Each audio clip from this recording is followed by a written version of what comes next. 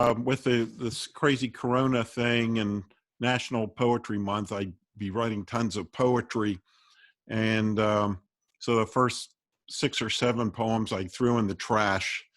It hasn't been quite as productive as I thought, but I have 3 new ones that I have. So the first one, I got the idea from the New York Times. They had talked about Hart Island and Pottersfield and how I think it was the Air Force Reserves had come in to collect the unclaimed dead and take them to Hart Island. And then I remembered Pottersfield and Walt Whitman, and so I looked up Whitman's poem, and he talked about the beautiful uncut hair of graves. So I borrowed one of his lines from Song of Myself from 1892. And there's a word in the poem called Scrobus, and so I read this poem to a couple other poets, and everybody hated the word. So it means a trench or grave, and it's a very old word that's not in use anymore. Here's the poem. They come to me, a time-worn island once more. They come to me in rows too wide, in layers 3 deep, and I am too weary from the holding and can hold no more. A child grasping a handful of my grass once said to a poet, "What is this grass?" He answered he did not know, that it seemed to be the beautiful uncut hair of graves. The tides in unceasing motion have worn my sides away. My belly of earth, no longer fit for the task, splits, gives up its secrets. See the clean white bones on their march into the bay.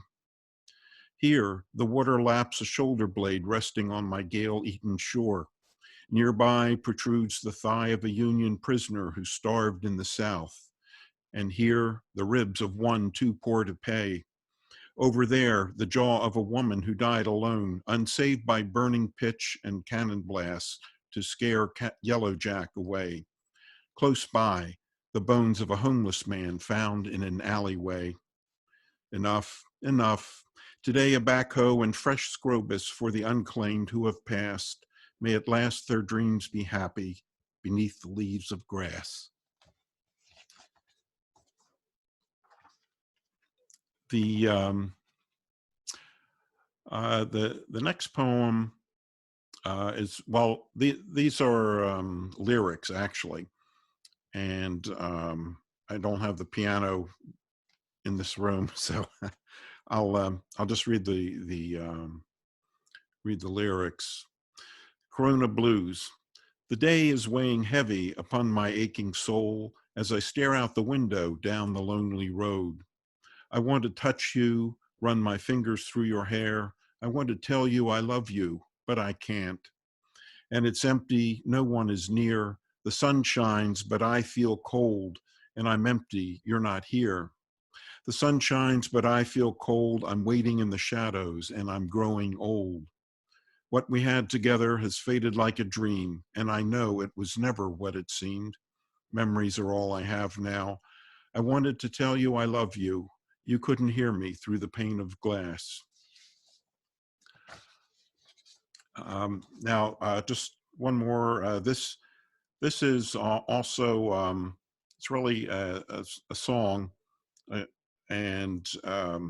So the music came first, and then I wrote the words to it. And I'm going to try to get the music started. Let me know if you can, if it's coming through, because I'm going to play it through the computer. So can you hear that? Can anyone hear it? It's coming through.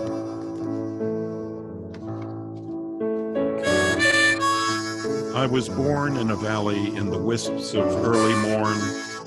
From my first footsteps, there were springs along the trail. In the wind, there was a song. I wandered from canyons to beguiling oases, bedazzled by their beckoning faces. But you gathered up the clay and plugged my ears, and I couldn't hear you sing.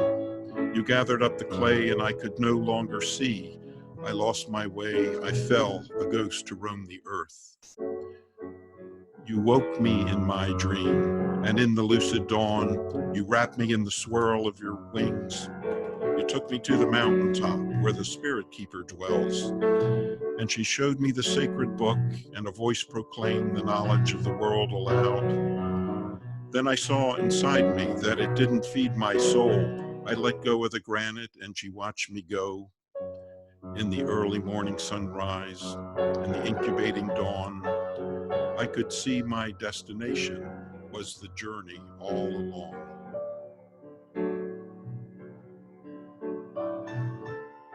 Lift me up to kiss the sky, sail me over the seas, fill the sails with your heavenly breath, take me where you please.